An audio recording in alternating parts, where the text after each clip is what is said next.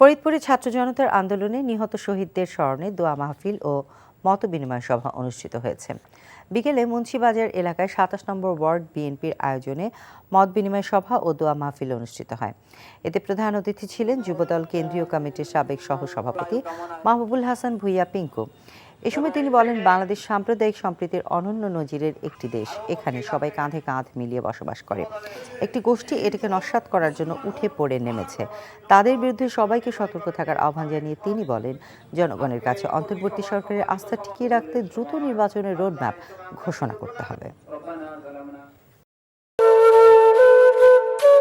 একদম বাজে কথা বলবেন। আপনি কি বলতে চাচ্ছেন? এই চাঁদ নিয়ে আপনার গায়ে এসে পড়েছে?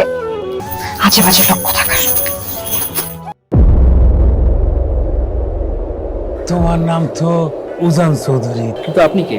আমারে তোমার চেনার কথা না, তোমার দাদার আমলের মানুষ। আমার নাম সাজবাতি। চাঁদনি, আবার কবে দেখা হবে? আমি ওসমান। তুমি এত দেরি করে এলে কেন? আমি তো এই ফার্স্ট টাইম এখানে এলাম। আমি তোকে অনেক বছর ধরে খুঁজে বেড়াচ্ছি। সব কিছুর জন্য তুই দায়ী।